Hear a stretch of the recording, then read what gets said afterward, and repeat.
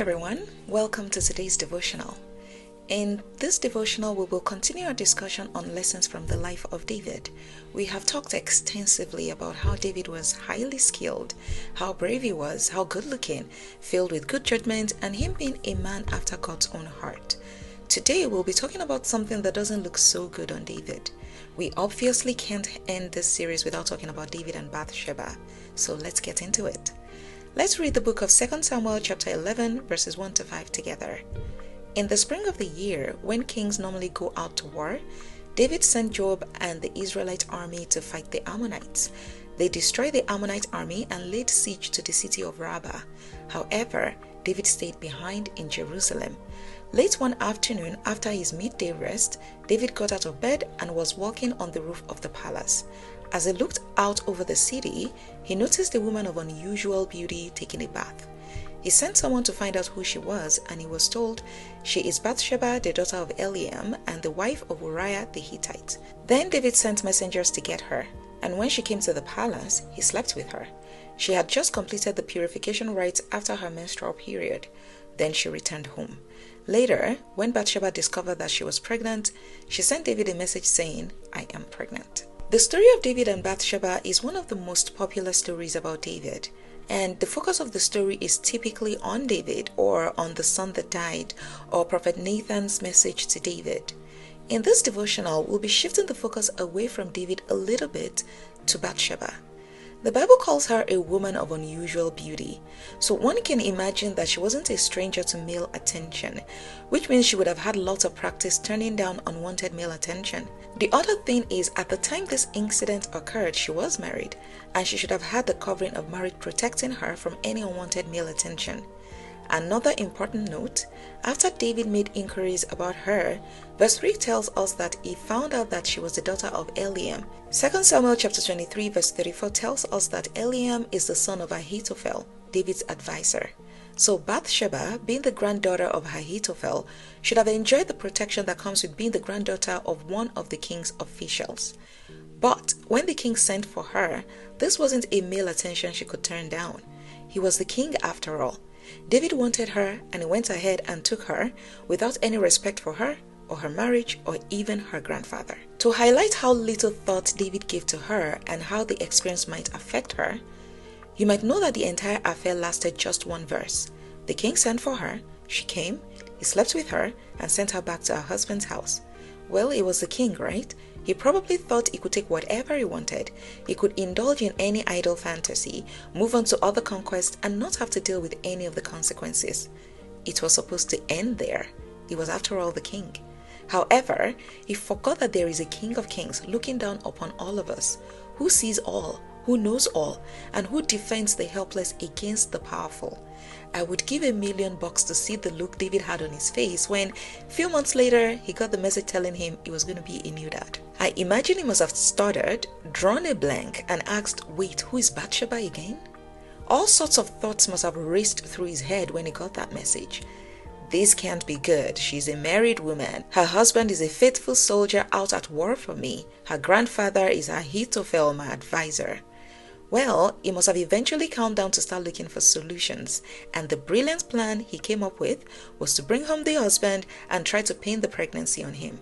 Talk about lack of accountability, right? Unfortunately for David, Uriah would not comply because there is a code, there is a rule, there are ways of doing things, and he wouldn't dishonor God or his king by going home to be with his wife.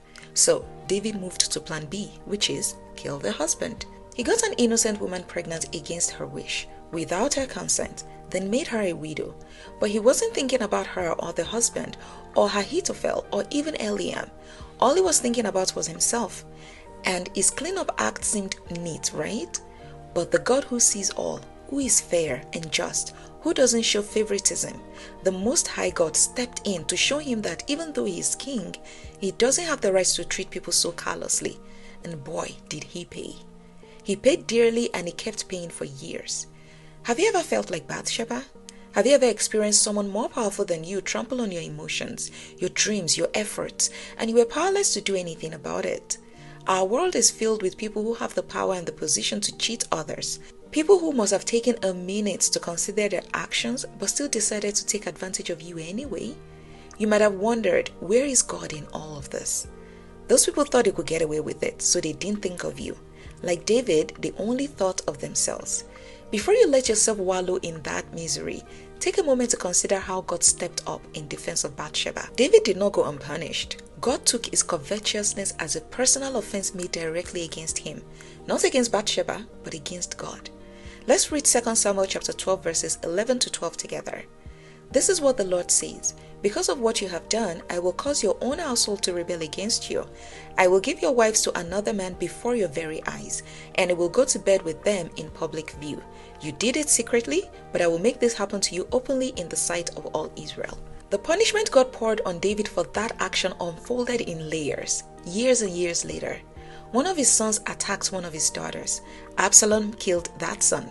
The same Absalom then led an uprising against him and sent him running out of the city, then proceeded to sleep with his concubines in full view of the city before he himself was killed. David lost 3 sons as a result of that one action. He had to endure embarrassment and shame brought upon him not by a stranger, but by his own son. Please live your life daily in this consciousness that God defends the helpless, the powerless. If you hurt others because you are more powerful than them, you bully them because you know you can get away with it, you attack people because you're stronger than them, or you use your power to push others down, know that the Most High God defends those people. That time you decide to let that young man spend his savings to woo you, even though you know you don't care a bit about him and he's spending it all for nothing, know that God will handle that unkindness. That time you decide to treat a girl callously or take advantage of her, know that her heartbreak will not go unnoticed by the Most High God. You don't want to get into it with God. But what about Bathsheba?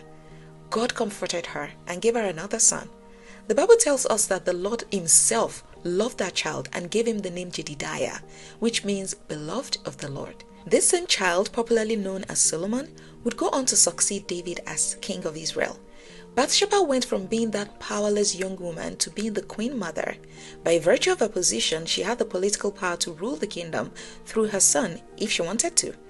The young lady was supposed to be a one-night stand. Bathsheba's son was one of the richest men to ever walk the surface of this earth. Bathsheba's son ended up being the wisest king who ever lived. So, when people hurt you or take advantage of you, don't wallow. Instead, be scared for those people because your Father has your back and he will make sure no one hurts you without suffering the consequences. Let us pray. Heavenly Father, thank you for the reminder that you're always fighting for us and defending us. Lord, I pray for everyone hurting from being taken advantage of, from being pushed down, from being bullied. Father, please comfort them and show them how you shield your own. In Jesus' name, amen. Thanks for listening to the devotional to the end. See you next time and God bless you.